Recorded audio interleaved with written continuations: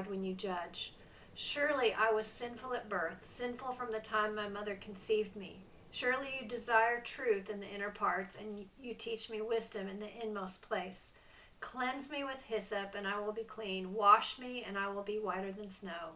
Let me hear joy and gladness. Let the bones you have crushed rejoice.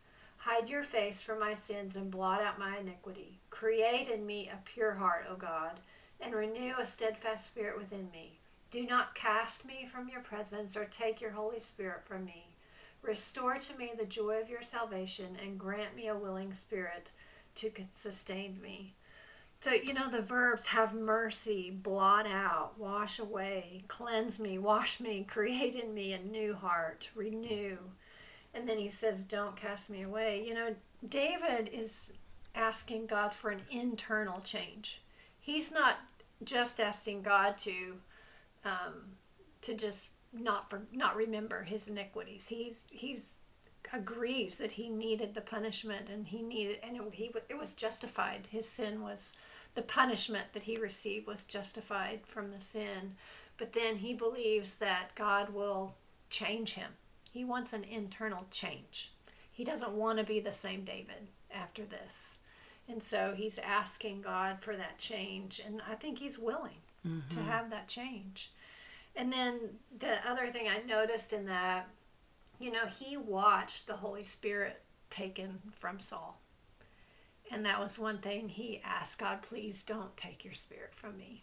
It almost sounds like the worst thing that could ever happen to him is for the spirit to be taken from him.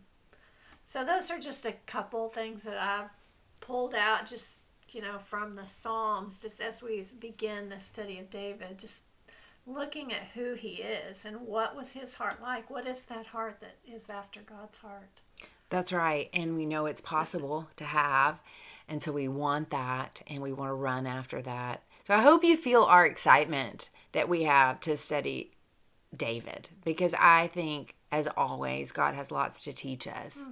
And David is mentioned throughout the scriptures, and we're going to see how much he has in common with Jesus. And he has famous relatives, and Jesus being the most famous, but other ones. So as we end, I hope we've whet your appetite a little bit. I want to close this session by letting Isaiah kind of entice you and invite you as well. Isaiah is a prophet who prophesied to kings way after David.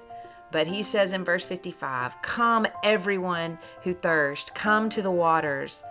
He who has no money, come buy and eat.